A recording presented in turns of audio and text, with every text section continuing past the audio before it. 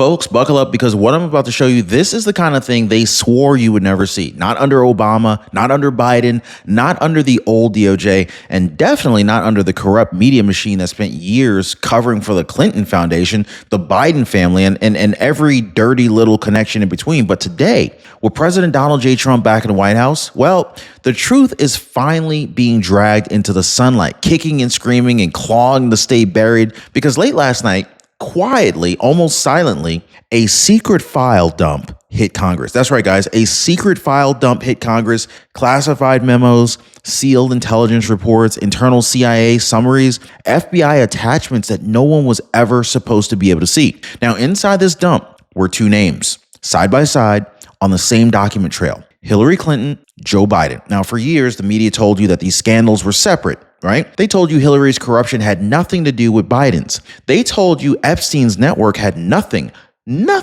to do with the DC elites. They told you that the Ukraine mess was Russian disinformation, the Burisma bribes were debunked, and the Clinton Foundation was charity work. Y'all remember that, right? Drop a yes if you do. Well, guess what, guys? Those same journalists are in full meltdown mode right now because President Trump's DOJ just unlocked a set of sealed Epstein-era files. And some of these names, some of the meetings, some of the cross-reference entries, they match, they connect, and they overlap in ways that the media hoped you would never put together. Now, this isn't a conspiracy. This is not a rumor. This isn't some anonymous internet noise. This is a federal document trail coming straight from agencies that have been finally forced to turn over what they've been hiding since 2016, since 2014, since the Obama years, and maybe even further back than that. And suddenly, the Clinton Foundation, Biden's Ukraine dealings, Hunter's Burisma payments, and Epstein's network, guys, they're all sitting on the same timeline, okay? The exact same timeline,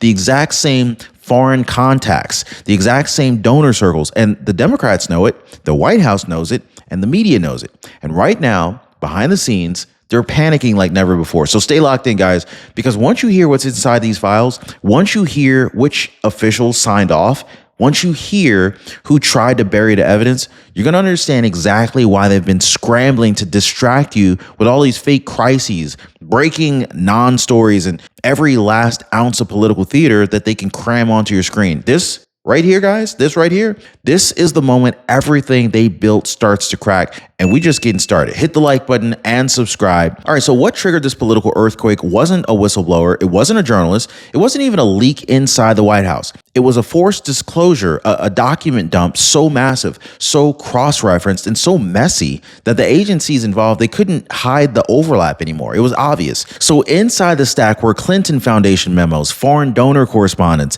internal State Department notes, and shockingly, CIA tagged materials involving Burisma, Ukrainian officials, and the Biden family's financial dealings. But here's the part nobody expected. Hillary Clinton and Joe Biden showed up in the same batch, not in the same building, not in the same agency, but in the same document trail. Emails, memos, scheduling logs, internal summaries. The mainstream media tried to bury it. They tried to frame it as routine archival release, but the digital footprint is just too large. The truth spilled out before they could contain it. And then President Trump poured gasoline on the fire, because the moment these documents surfaced, he ordered the first full federal Epstein network review in U.S. history, demanding access to every sealed file, every classified addendum, every redacted intelligence summary previously hidden under national security labels. So for the first time since Epstein's arrest, the DOJ wasn't filtering the evidence through political handlers or agency interpreters. The files were opened directly to Trump's Justice Department, and what they found shocked even the seasoned investigators. Now, ladies and gentlemen, something massive is happening right now, and almost nobody in mainstream media is even talking about it. Gold is exploding past every single Wall Street forecast.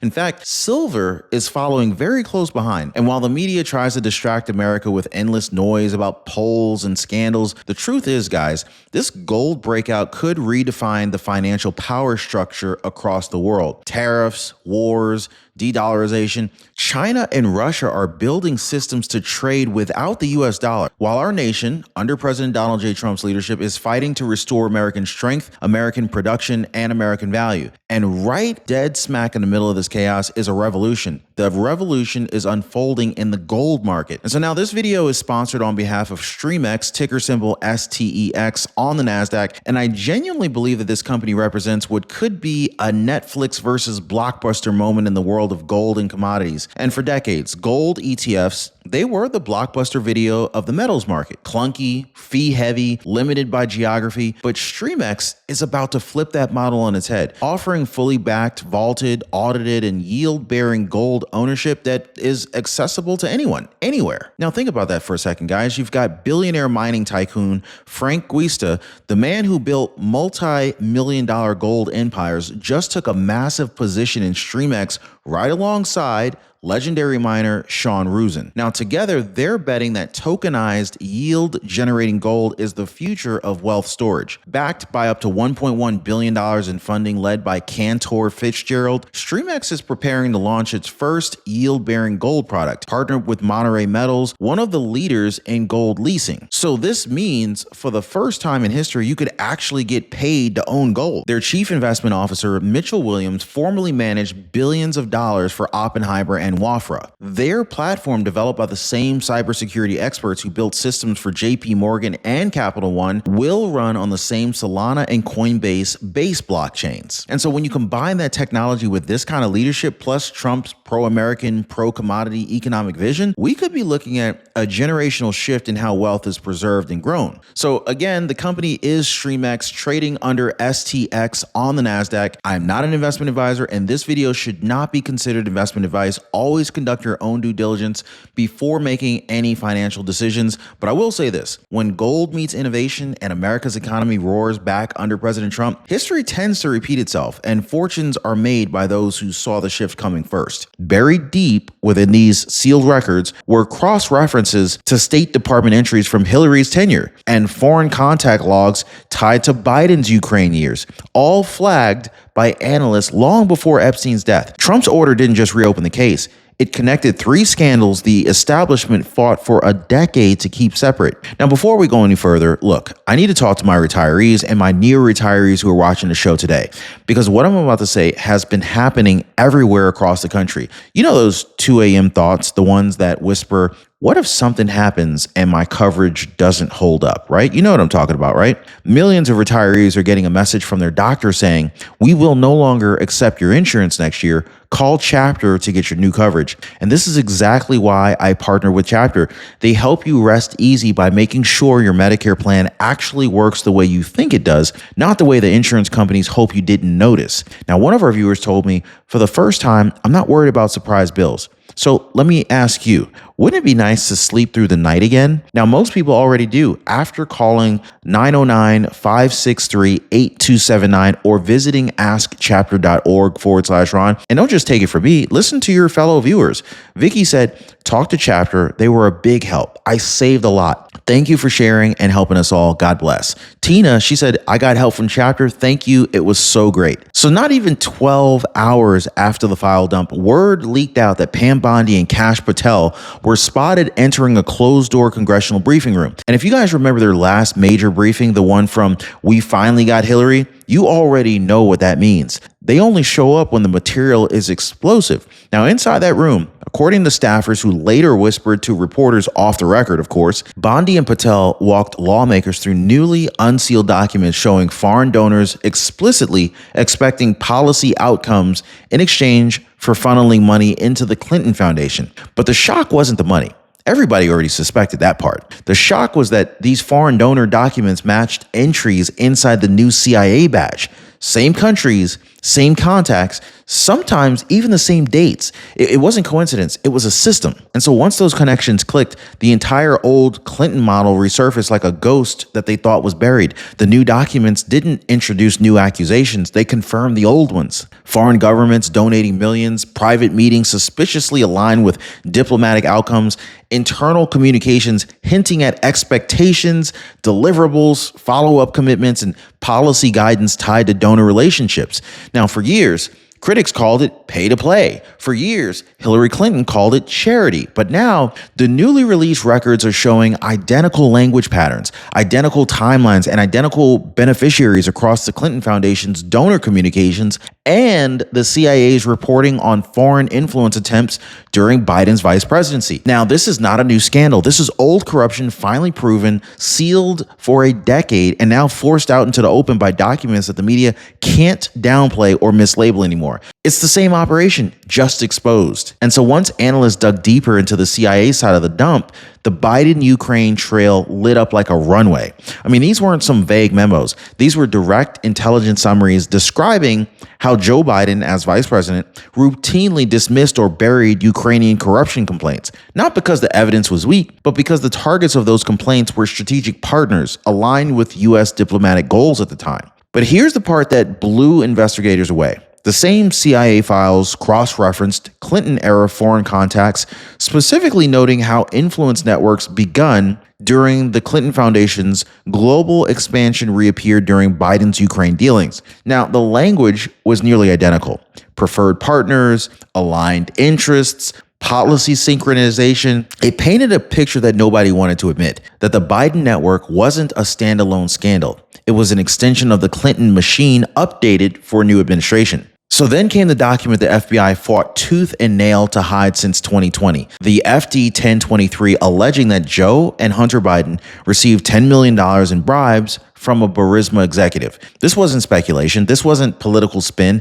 This was a formal report filed by a long-standing, highly trusted confidential human source who had met with Burisma executives multiple times over 5 years. And so in 2020, the media called it a smear. Big tech censored it. The FBI labeled it sensitive. But now that same document was discovered, tagged, and indexed in the newly released file dump, meaning intelligence agencies knew it was relevant to foreign influence operations the entire time. And with President Trump's DOJ now reviewing it unfiltered, the question isn't whether the bribery claim was real, it's who helped bury it. When Epstein investigators finally reached the Epstein portion of the file dump, the tone in the room changed instantly, not because of the names, most of those were already public, but because of the previously unknown overlaps. Inside the newly received contact logs were meeting entries, phone call timestamps, travel windows, and financial movements linked to individuals who also appeared in the Clinton Foundation donor pipeline and,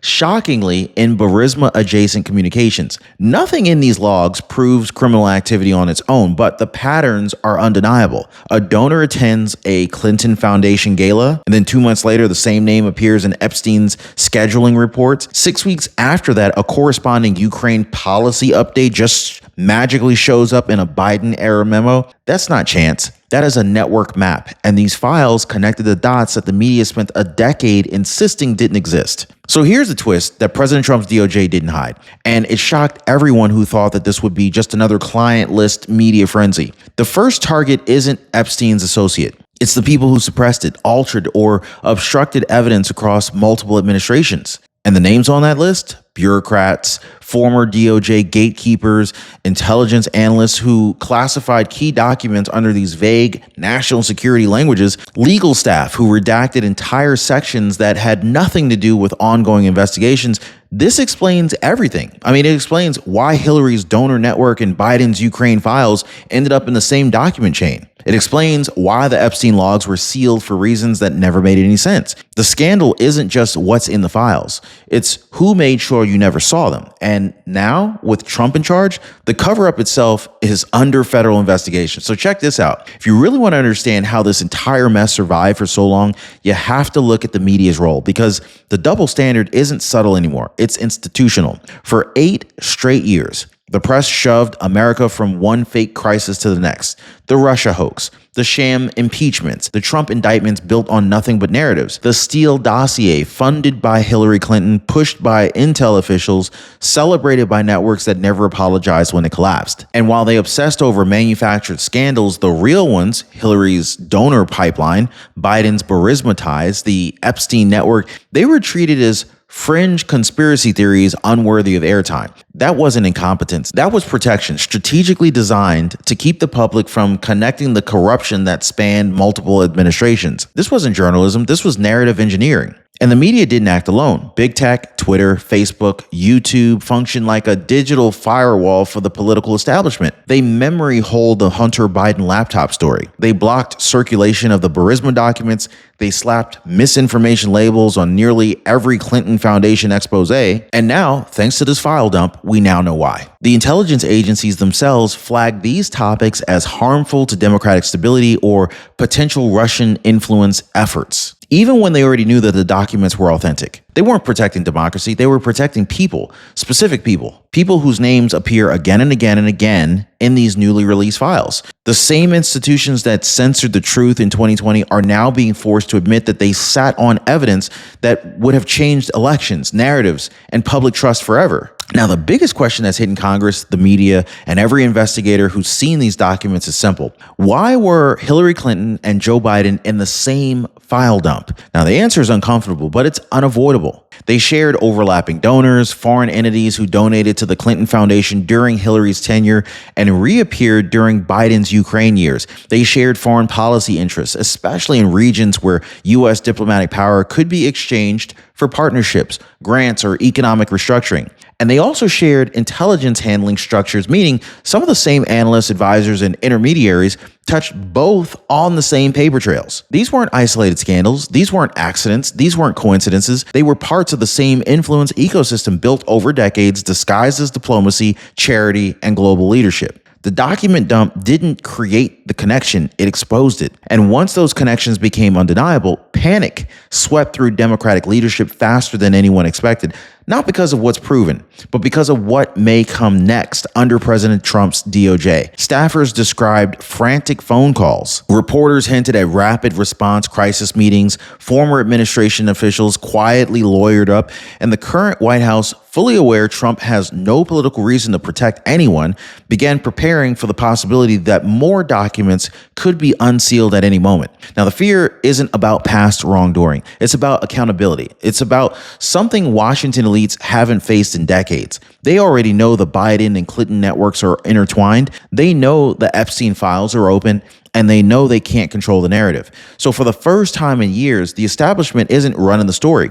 They're reacting to it. And so as the dust settles in this first wave of disclosures, one truth becomes clearer by the hour. The cover-up is bigger than anything inside the files, because even if certain actions never reach criminal thresholds, the deliberate suppression of evidence, the coordinated censorship, the mislabeling of intelligence, and the manipulation of public narrative, this represents a level of institutional corruption the country has never confronted head on. Now, for years, they told Americans that the Clinton Foundation accusations were fake, that Biden's Ukraine dealings were routine diplomacy, that the Epstein network was isolated misconduct. But now we know multiple agencies had internal warnings, flagged memos, and conflicting summaries and cross-referenced data, and they chose silence. The crime may have been money, influence, or foreign pressure, but the cover-up was the betrayal, and the public will never unknow this. So, where do we go from here? Under President Trump's leadership, the DOJ has already begun a mandatory review of all documents tied to Epstein, Ukraine,